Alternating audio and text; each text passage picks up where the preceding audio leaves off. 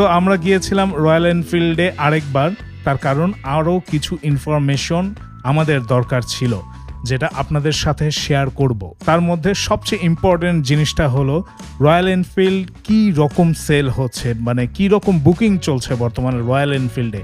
তো রয়্যাল এনফিল্ডে যাওয়ার পর যেটা জানতে পারলাম, বর্তমানে প্রায় অলরেডি 8 মাস পর্যন্ত বুকিং তাদের ডান। আমি যখন জিজ্ঞেস করলাম আজকে যদি বাইক আমি বুকিং দিই তাহলে এই বাইকটা আমি কবে পাবো, যদি নভেম্বরে বুকিং দিই তাহলে এই বাইকটা আমি গিয়ে পাচ্ছি হচ্ছে জুনে। তো তখন আমি জিজ্ঞেস করলাম এই ব্যাপারে আসলে আমাদের যারা বাইক বুকিং দিচ্ছে তারা কি রকম মন্তব্য প্রকাশ করছে।